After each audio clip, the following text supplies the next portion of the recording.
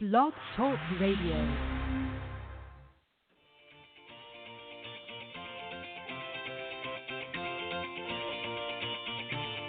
Good morning, everyone. Welcome to the Women of Golf Show. I'm Ted Odorico, and joining me is LPGA professional Cindy Miller, and we are your hosts. We're broadcasting live every Tuesday morning from 9 to 10 a.m. Eastern here on the blogtalkradio.com network, bringing you some of the best golfers, teacher professionals, and entrepreneurs helping to elevate women's golf. We're so glad you decided to join us this morning, so grab your coffee and let's get started.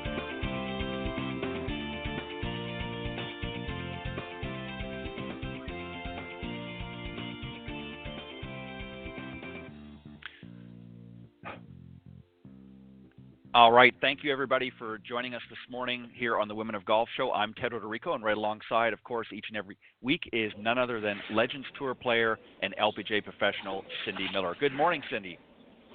Good morning, Ted. How are you? I am doing very, very well for a Tuesday morning. We've got a great show, Cindy, lined up for this morning. We've got a couple of great young ladies coming on from the Symetra Tour, now heading on their way to the LPGA Tour for next season. Of course, they're finished in the top 10 of the Volvic race for the card this season on Symetra, so both earning their LPGA. And actually, just an interesting side note, which we'll talk about a little bit later, our second guest, Julieta Granada, was actually on the LPGA a couple of seasons back. In fact, 2006, she made her debut on the LPGA Tour after getting her card through the Symetra the previous season. So she's already been out there, much like one of our previous guests, I believe, last week. So it'll be interesting to get her take on what she's learned from her past experience to take forward to another season out there. So we'll see how that goes. But and then we're going to have, of course, first up here in just a few moments, as soon as she comes on board, Esther Lee. She's been on the show as well. In the past. She finished in the 9th spot this year, Volvic race for the card, so she's also going to be heading out. Interesting note, neither girl actually, Cindy, won any tournaments this season on the Symetra Tour, yet they still managed to do well enough to get into that top 10 spot. So very, very interesting, very exciting, and as I said, we'll bring Esther on here in just a few moments when she comes on board. But in the meantime, Cindy, how did boot camp go? Well, I didn't do it yet. It's coming up in a week and a half. Oh, that's right. I'm sorry. But where I was, though, I was babysitting. Our daughter works for Golf Channel, and she was in Tokyo at the Zozo. She went there for the Skins game in the Zozo. And it's funny how one person can affect the lives of so many. I said, are you going to be able to get back on Monday? And she goes, it depends on what Tiger does. And needless to say, Tiger won his 82nd tournament and tied Sam Snead's record. So needless to say, Kelly could not get home.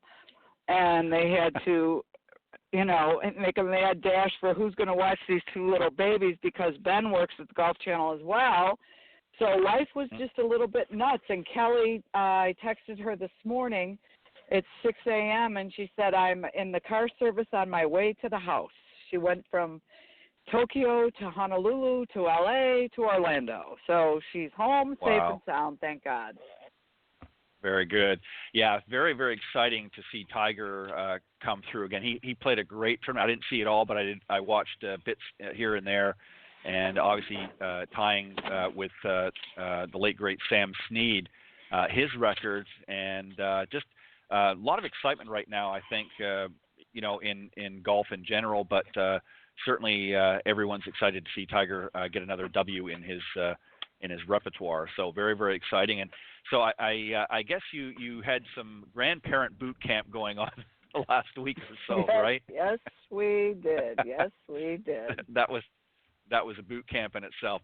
All right, well, while we wait for Esther to come on board, maybe you can just quickly remind everybody. I know that you've got boot camp coming up, you said, about a week and a half time, but you also have some for next season, so maybe you want to give those a quick plug for anybody that might be interested in partaking, if there's still some availability or spots open, how they can go about doing that.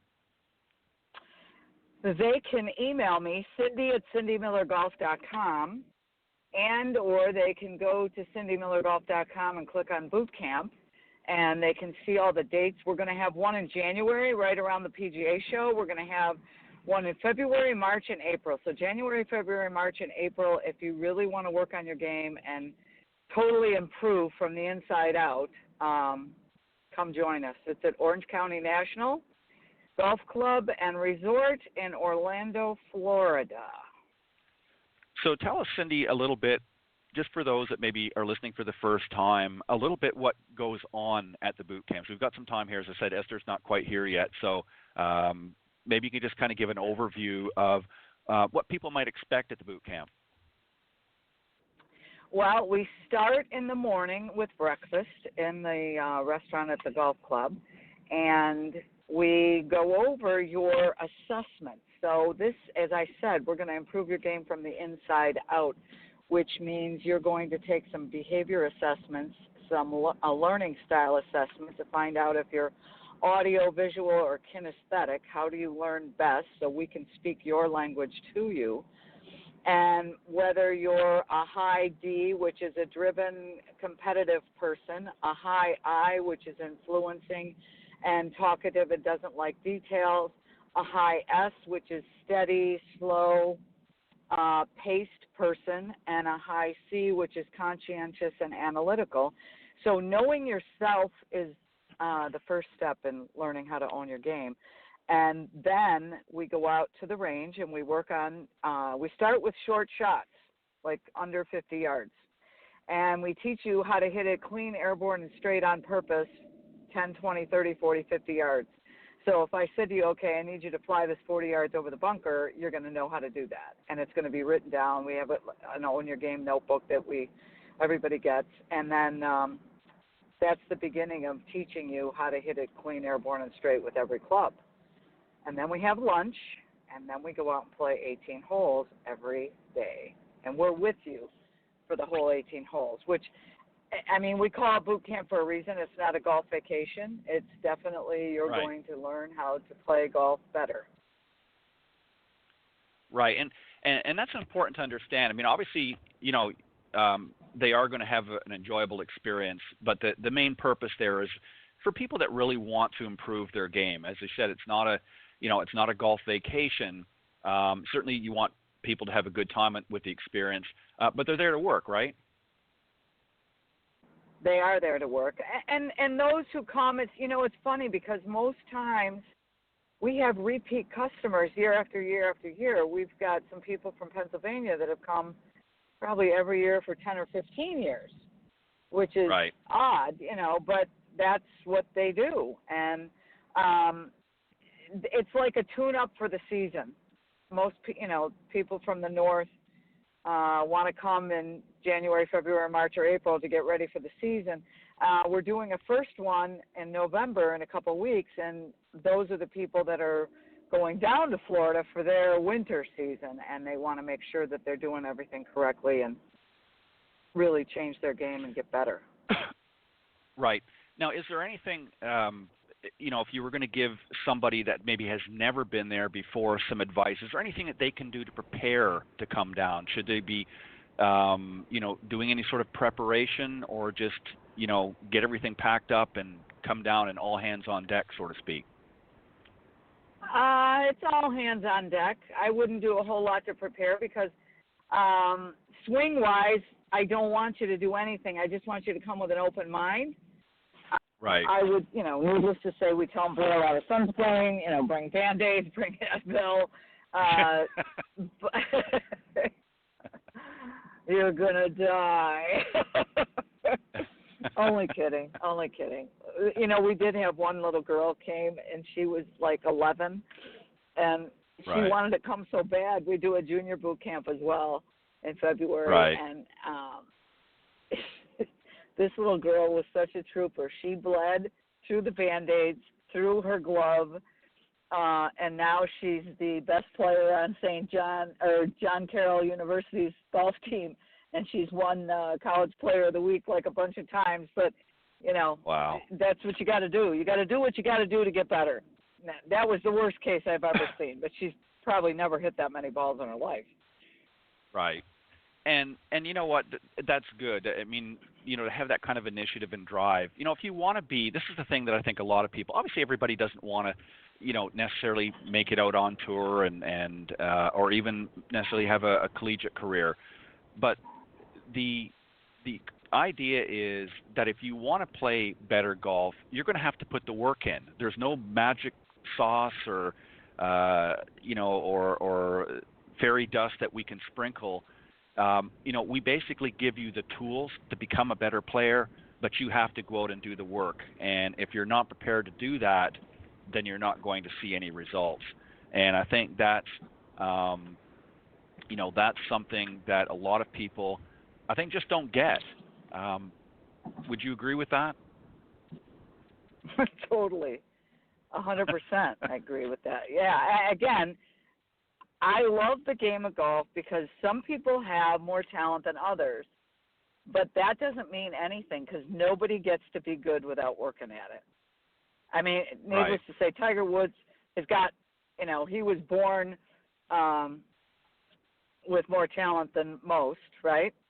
But look at how much work he's done to get back to where he is right now. I mean, that's the perfect example of you can get knocked down and thrown around, and some of it is, self-inflicted, and others it's from the outside. Sure. And but again, he has worked his butt off to get this much better, which is cool, Right, exactly. And I think something to note too, he had a vision and I would hazard to say even a dream of what he wanted, and he said, okay, now what do I have to do? And of course he had guidance. I mean, his father and certain coaches along the way have helped navigate that. But essentially he had something inside him that said, this is what I want. This is that sort of burning desire, if you will. Now what do I have to do to get from point A to point B? And again, as I said earlier, not everybody maybe wants to go down that same path, but it doesn't matter what you do at life, whether it's to, playing golf or some other career. You have to have, first off, you have to have a desire and have passion about it. You have to enjoy what it is that you're going to do. And then you have to be willing to seek out people that have the knowledge and skill set that can help you achieve those goals. And then once you've done that, then you have to take that information, make it your own, certainly, but then you have to put it into practice. And I think the other thing too, Cindy, that we can't emphasize enough, and we've talked about many, many times on the show over the years, and that is, if you are going to practice, going back to your golf game here, you have to practice with a purpose. Too many people just go to the range and hitting balls, and they think, okay, well, I'm getting practice tonight. I spent an hour last week at the range. I come out this Saturday, and my game sucked, and they wonder why. It's because if they look at their practice session, they really didn't do anything to improve their game. And that's a problem as well that we see quite often, correct? Yes, and I think, again, the other reason I love this is because you will never, ever master it. And our second guest, Julieta, I've seen her at Orange County National Golf Club. When we go down and do the boot camps, she and her mom are practicing on the range. And I'm going to mention this to her. I don't know if she'll remember it or not, but we came up to her. I said, do you mind can I introduce you to these kids, right? And can you, talk to them for a few minutes and inspire them? And at that time, she was not exempt. And this young girl who's now qualified to be on the LPGA Tour next year has personally faced the ups and downs of I'm good enough, I'm not. I'm good enough, I'm not. And I got to tell you that the reason I love her, she's a nice kid no matter what, but she doesn't hit it very far. But she is deadly, deadly straight. So she's at a disadvantage, but she's okay with that because she can't do, needless to say, I've never hit it that far either, and I've done everything in my power to, buy yardage. And if anybody's got 30, I'll buy it in a heartbeat. But she never gives up. And it's the fact that she and Esther, both of them, did not win an event means they're totally consistent. They are week right. after week after week after week. They may not have made a bunch of birdies and won the tournament, but it doesn't matter because they did what they needed to do, and they're both exempt for next year. Right. Let me just sort of going on with Julieta here for just a second, just to sort of further prove your point. You know, you mentioned that she's certainly not the furthest hitter, but some interesting notes, as I mentioned, in 2006, she, after being on the Symetra Tour in 2005, she finished actually in the number 7 spot to get her card in 2006.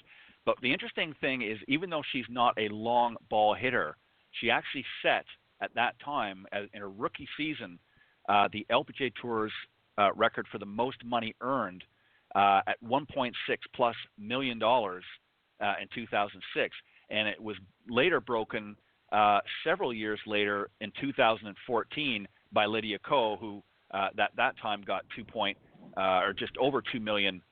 So this girl can certainly play. So you don't necessarily have to be the furthest out there. It certainly does give you some advantages. But this just goes to show that if you're a good, consistent player and you know how to play the game, you don't have to necessarily be the furthest ball striker. And I mean, to get that kind of, money on the LPGA Tour in a rookie year, that's pretty impressive as a player. Well, the other thing, totally impressive, but the other thing that's awesome, it's proof that you have to play within yourself. You have to play your own game. You know, the gift that God has given you, some hit it far, some hit it crooked, some hit it straight, some putt, some chip. Everybody gets to be good at something. And the fact that she's not given up, because I'm sure the naysayers would say, well, you're kind of old, you've been out here, you keep losing your card, you're probably not good enough. And it's like, you know what? Shut up. I'm not done yet. Yeah. And there's proof. Yeah. So God bless her. I hope she plays great this year. Yeah.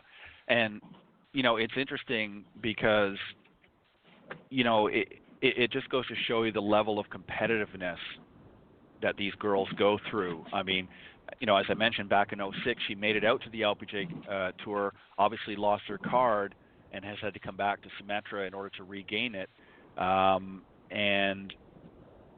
Again, had a no-win season on the Symetra, but managed to earn enough to put her in that top 10 to get back out there. So I can guarantee you that, even though she's a little bit older, she's much wiser in her game. And I think she's going to go out there, and as you said, I think she's going to kick some butt this season. I really hope that and wish her all the best for the season. I've sent a message out. I'm not sure what's happened. I suspect that Esther, because she's in California, I'm assuming she's probably home in California, which is where she's from. With the time difference, she might still be getting a few Z's. So we'll just sort of carry on, and we'll talk. And if she happens to jump in, great. If not, we'll wait for Julieta, and I'll try to see if we can get Esther to come back at a later point. But we'll hold the fort here. So let me ask you. I want to ask you a question. Yep.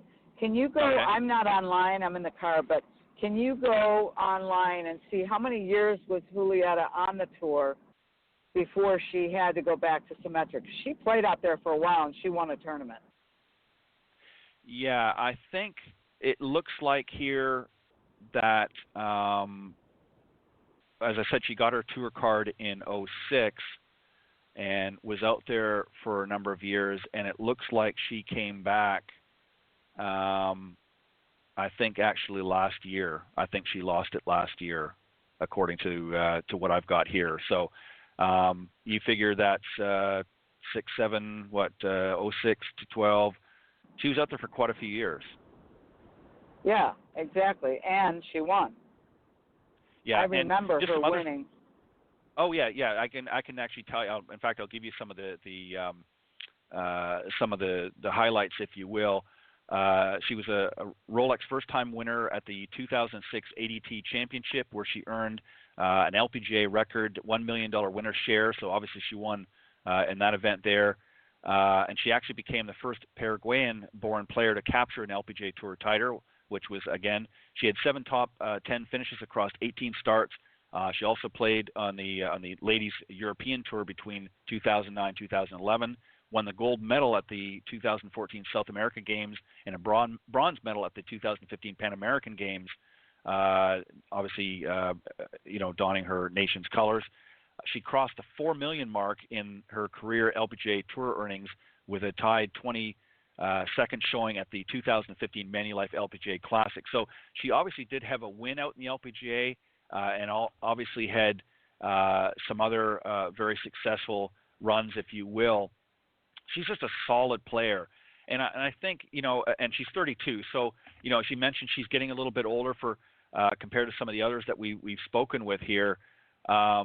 But, you're talking about on a global scale, I mean, a lot of top players playing out in the LPGA. So she's certainly holding her own. It's not an easy, it's not like you're out there and you're the only one, Cindy, as you know. There's a lot of competition now, not just from the United States, but globally.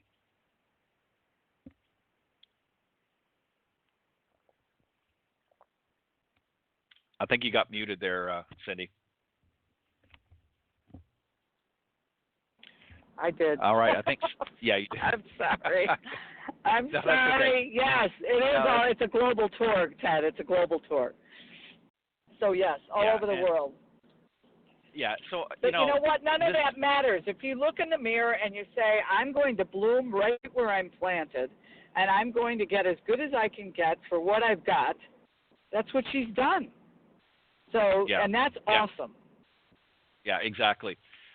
Let me ask you something. What I was going to ask you before you asked me that, going back to the boot camps for a second, because I know we've actually had a few of the young ladies on the show here. And actually, Cindy, as we're getting ready here over the next month or so to kind of wrap up our season, if you can swing it, no pun intended, I would like to get some of the young girls that you had on earlier, or even some new ones from your boot camps or that work with you in your junior programs, maybe to come on the show and talk a little bit more about their experience. That would be maybe some great guests coming up, because I think it'd be interesting to get their perspective, what they're thinking about, what some of the things that they've learned so far, and maybe what some of their future aspirations are. But so let's work on that if we can, to get maybe a few of them on for a show. So, but what I was going to ask you was, you've dealt with a range from very, very young up to the collegiate level, and I'm talking about just some of the junior boot camps and things like that. What do you find is, based on some of the individuals that you've worked with, what are some of the signs that you get very early on? Okay, this person's going to not necessarily win everything, but has got that fire inside them. What are some of the things, the signals that you see that sort of give you that sign, if you will, that, okay, this person's going to come out and do well? They've got to want to do this. It's got to be their dream and wish and want, rather than their parents. And then what I see is they work on it when I don't tell them they need to. And there's very few of those players. We've got a young girl who lives 90 minutes away, whose sister is playing D1 soccer for Virginia Tech, and their parents drove the sister to Buffalo for practice 4 days a week, 90 minutes one way.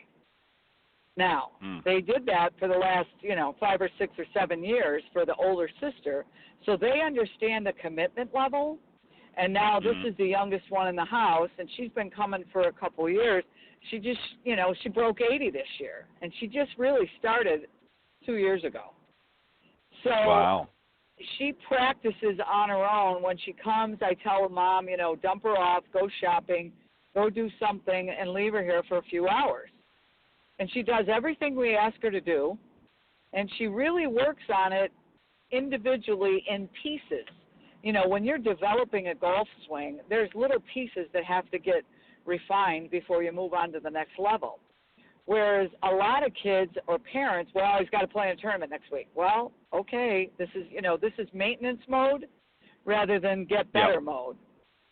And Alan is working with a young girl right now, Chelsea D'Antonio, which Chelsea's been on the show, And Chelsea graduated from Winthrop, and she wants to turn pro next year around this time. So I'm going to make her listen to Julieta because they've got a lot in common. They're shy, they're quiet, they're steady. They don't hit it real far, but they're absolutely deadly with the short game. So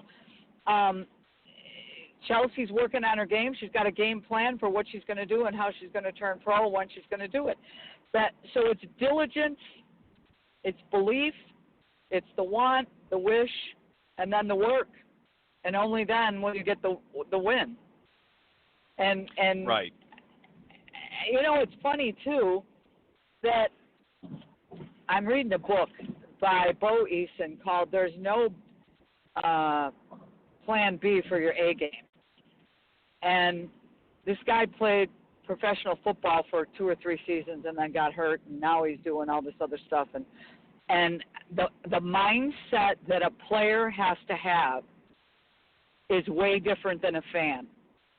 And this book, it talks like Alan and I are talking to each other, because Alan and I happen to be the only married couple in the world that have played on all 4 major tours. And I thought, well, big deal, you know. Well, that is a big deal because we both independently had to put in that time, effort, and energy and work into what we wanted to achieve. And you have to do that if you want to play. I mean, there are so many kids out there on that Symetra Tour or the Buy.com or whatever it is, Corn Ferry Tour, all these other tours, there's thousands of them. And maybe 1% will make it. And why? Mm-hmm.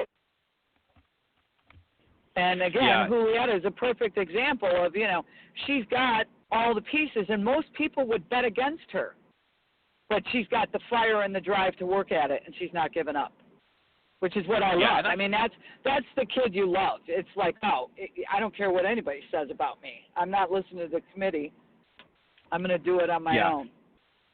Yeah, and you know, that's interesting. It's a great point because, you know, if you think back, Cindy, over this season particularly, we talked about this recently, you know, if you look at some of the young ladies that came up on the show, they won a tournament, and, you know, we talked to them about their season, and many of them had, and I don't like to use the word slump, but they had a period or a stretch on the season where they were really down on their game. They just didn't feel, you know, that they could do any better and so on and so forth. And until they changed that mindset, they really weren't doing very well. And as soon as they did, lo and behold, what happened? They won an event.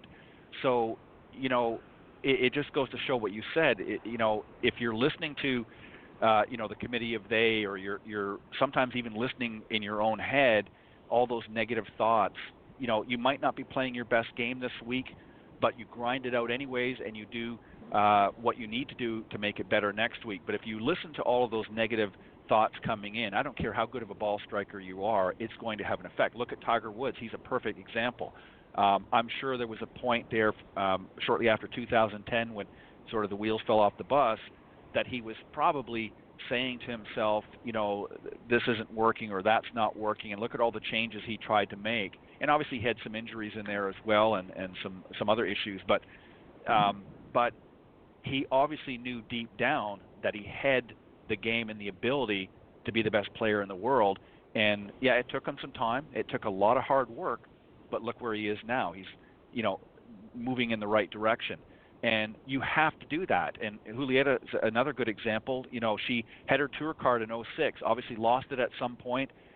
She could have just said, okay, yeah, I played out in the LPGA, I had a pretty good run, but you know what? It's time to move on, do something else. No, this is something obviously that she wants to do and is passionate about. So she dug deep and went back in, and here she is. She's going back out again for next season. So it just goes to show you that it's not about necessarily your physical abilities. You obviously have to have talent. You have to have a certain amount of physical ability, but it's what goes on inside, between the ears, and in your heart that's going to dictate whether you're going to be successful or not. Yep, for sure. Right. All right. Absolutely. Well, again, I apologize. We're moving into the next segment here, and hopefully Julieta will be coming on board. And I apologize. Not sure what happened to Esther, but we'll see if we can get her on another show. But Cindy, we'll take a sort of a quick little break here and listen to your promotional spot. So help set that up. Well, if you work in a business where you've been invited to play golf and you don't want to go because you don't want to make a fool of yourself, but you realize the access that knowing how to play will give you, the access to business leaders, then take a listen. Everyone knows business deals are made on the golf course. Knowing how to act is just as important as how you hit it. As an LPGA professional and corporate trainer, I offer workshops, seminars, and executive retreats to teach you how to do both.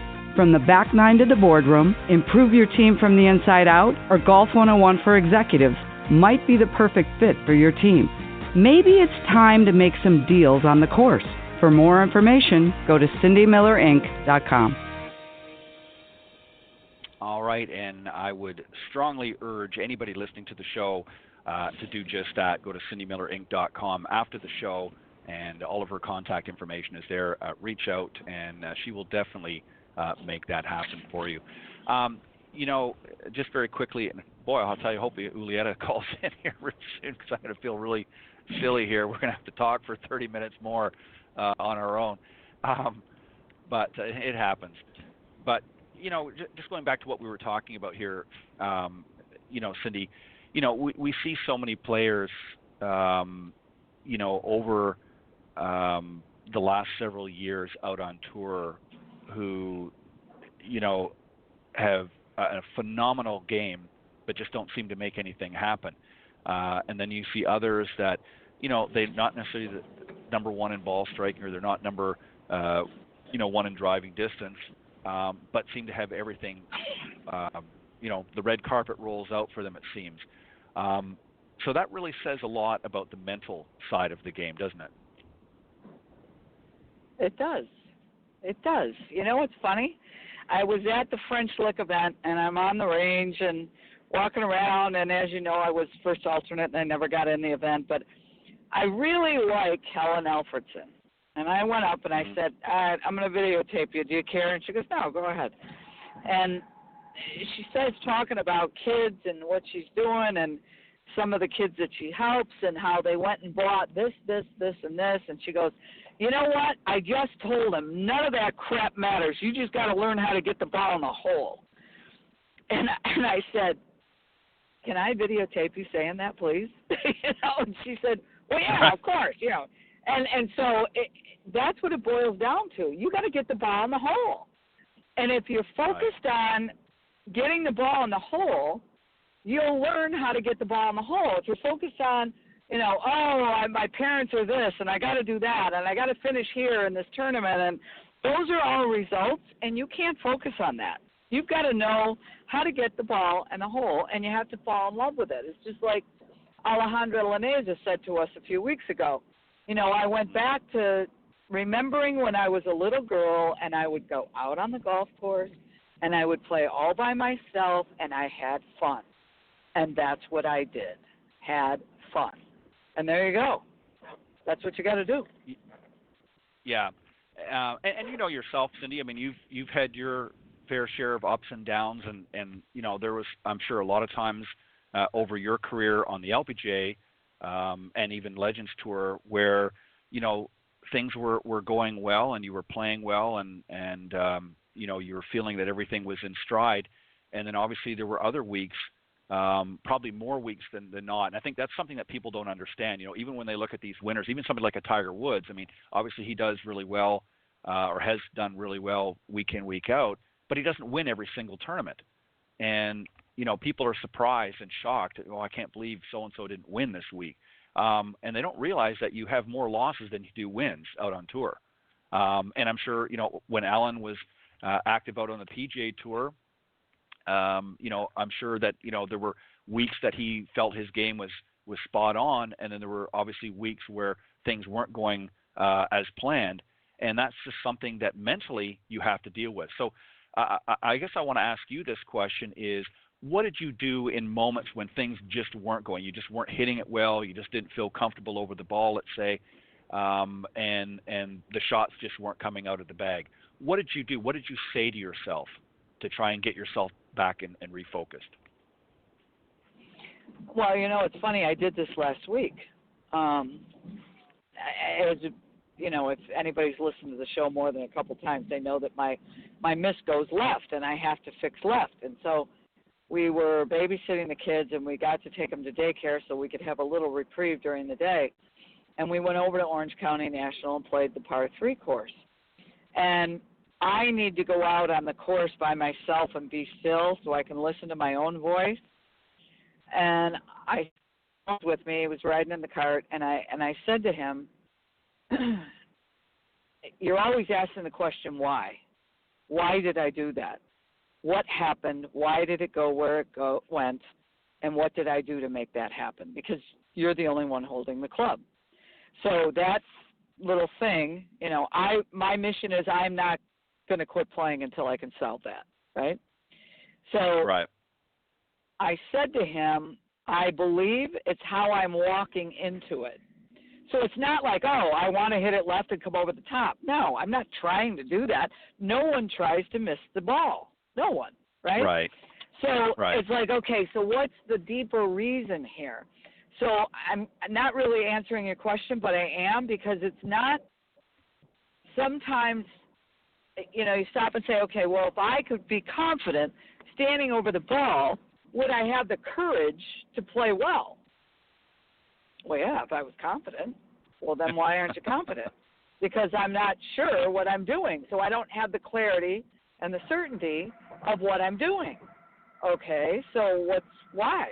How are you going to fix that? Well, it's how I was walking in open, then would walk around and end up shut, then looking over my left shoulder, and even though I'm right-eye dominant, so I'm aiming right, looking left, where's the ball going? Left of the world. So now you have to change how you walk into it, and you got to be open, and you have to look out to the target, not across. So again, I know I'm probably confusing people, but why do I miss it? It's because I'm not set up right, and my subconscious mind is having an argument with my body, saying, wait a minute, where are you going? So you need to realize that your subconscious mind is very, very powerful. And when you're making changes, your conscious mind has to say, no, we are doing this. We are not doing that. So that's a long, probably not exact answer that you were looking for. But what I'm saying, so again, if there's an issue, you have to stop and say, well, why is the ball doing that? It's a result, right? You don't want that result. Okay, what caused the result? And that's not an opinion, that's a fact. So a lot of people, we teach golf up in Buffalo, and we give a lot of lessons, and sometimes people leave. And so it's not that, Cindy's terrible. It's they don't want to look in the mirror for what's causing the bad shot. You follow? I mean, the facts are the facts, and you have to, the ball goes left when the face is left. So why is the face left? And what are you doing to make the face be left? So sometimes they don't want to hear that because they want somebody to pat them on the back. But again, we're all looking for a quick solution, and that's not always going to happen. You have to really dig deep and expose the elephants, because I would stand over the shot and say, why is it doing that? Well, I don't feel great standing over the ball. Well, why? Well, because you're walking into it funny, and then your ball position's wrong, and then your right shoulder's forward, and then, you're picking it up and you're coming over the – now it's like, oh, wow. And again, you'll go through, what's the word, different stages. Mm-hmm. I said to Alan, how long have I been swinging like this? And it's probably been 4, 5, 6 years. It's like, what the hell? Right. You can play yourself into a slump. Because what you'll do is you'll start trying to control the ball and the outcome of the shot, which I must say, if you watched Tiger Woods the other day, Sunday night or whenever it was, holy cow, that guy was trusting, totally, totally in command. Like, get out of my way, I'm going here, here, here, and here. Kaboom, in the hole, in the Masters. There you go. And you could tell. Whereas Hideki started to steer it, ball went to the right, in the bunker. He missed that short birdie putt. That was protect. Tiger was on pursuit mode. And when you watched the interview at the end, he said, we were watching everything Hideki was doing because that was going to determine what club I was going to hit off 18. Mm-hmm. And so everything was premeditatedly planned out to pursue that win. Whereas some people are always protecting and fearful. There's a huge difference there. You know, just an interesting side note on Tiger Woods. Now, obviously, I've never spoken with or met him in person, but I had the pleasure of interviewing somebody on my Thursday evening show who has not only followed his career very closely, but is literally friends with him. And I'm talking about Peter Kessler. And what was really interesting, Peter mentioned one time on one of the shows that he was with me that Tiger actually has 9 shots in his bag for every shot. So in other words, when he gets over the ball, he has 9 different shots that he can play, depending on the circumstance.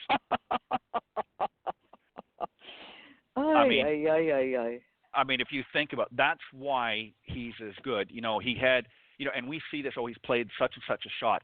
He knows when he and there's other factors. It's not just the course conditions, but as you said, it depends on what the other player has done. And it's not so well. He just he's pulled out a different club. That's it. No, he has multiple shots that he flips through the Rolodex, if you will, in his mind.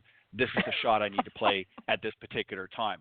That is the difference between somebody that plays at his level and somebody that goes out on the weekends, with their buddies or their friends or their business associates and things like that. This is a champion. This is why he just won his 82nd tournament and tied with Sam Snead, because of that ability. And that's something that you have to work at. He certainly, as you mentioned earlier, he certainly had some God-given talent from a very, very early age, but he also worked very, very hard from a very young age to where he is now, and then reworked at some point in his career. And, obviously that's a rarity. That's a diamond in the rough, if you will. Not everybody is going to be able to accomplish that. But it goes to show you that if you want something bad enough, you will go out and do what needs to happen in order to make it happen. And I mean, that just blew me away when Peter mentioned that on the show, and I thought, wow, 9 shots. I'm lucky if I got 1. You know what I'm? But I can pull off when I want to. Right. But again, right, it's a exactly. business to him. This is all premeditatedly planned out in a business. So how cool is that, though? I mean, we should all learn from that. That's right, exactly. Awesome. And that doesn't mean that we all need to run out and start, okay, well, I've got 2 shots now and I've got to work on number 3. No, he had a specific mindset and he created and developed. They actually said, and I've heard this mentioned a number of times, both on the Golf Channel and through some of his earlier coaches and different coaches that he's worked with along the years, that actually Tiger really didn't need, especially when he got to the level he did in the early 2000s. He didn't need Butch Harmon. He didn't need, some of the others that were out there. His golf abilities are so vastly superior that really he just wanted another set of eyes, because he has the ability. He knows exactly when he does, just as you pointed out earlier, when the ball does this or such and such does that, he knows exactly what he did wrong as soon as it happens. It's not like he had to go back and run to his coach and say, I don't understand why this happened. He knows why it happened. That's why he kind of here's gets down the on other him. thing. Right. I think it's beautiful that he finally said, you know what, I'm done with all the coaches. I know what I'm doing. I'm going to do what I want to do. And to be honest with you, he's swinging way better. He's still throwing his body at it a little bit on the follow through, but at least at impact, he's staying in position, which is why the ball's going so much straighter. So. Right. Again, how long does it take to learn? Well, this kid's 42? Yeah. Lifetime. And been doing it, a lifetime. and it goes back to another player I remember earlier on. Of course, he's not playing, competitively anymore, but Nick Faldo. Nick Faldo was a very, very, he actually, going back in his early days on the European tour, he was nicknamed El Foldo because he just couldn't get it done. And he would just choke a lot. He just would not play very well. Of course, he very famously got together with David Ledbetter and went out there and rebuilt and retooled and recrafted, if you will, his golf game to a point where he won 6 majors. And, he just, did a complete turnaround and went out and won. But the point I'm making is, even though he got to such a high level, he still continually worked on his game. Oh, absolutely. You know what I mean? It never ended. So it's the respect. The game gets your respect. Right. Right, exactly. All right, we're going to end the show a little bit earlier than normal. Our apologies to the listeners who were tuning in to hear Esther and Julieta. I'm not sure what happened. I'll find out. But it looks like they weren't able to join us this morning, and I suspect probably some travel issues or time zone issues. I'm not sure, but we'll try to get them back on a future show. But we hope you at least got a few nuggets from this morning's broadcast, and we look forward to you joining us the next time. Cindy, you're going to be off for the next couple of weeks. I'll be back next week with Mike Nichols, the Chief Business Officer for the Symetra Tour, to sort of wrap up the 2019 season. He's going to give us an overview, an assessment of how he feels the season went, and then we'll see beyond that. But we appreciate you tuning in this morning. Again, our apologies that the guests weren't able to show up, but we'll get that hammered out for next time. But on behalf of Cindy Miller, I'm Ted Odorico. Thank you very much for tuning into the Women of Golf this morning. God bless, and we'll see you next time. Thanks, Cindy. Thanks, Ted. Have a great day. Bye-bye.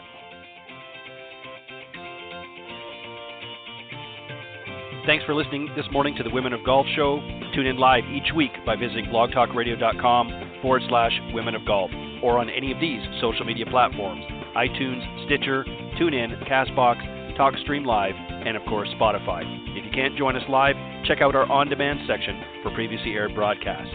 To get updates for future shows and upcoming guests, you can follow us on Facebook at Women of Golf.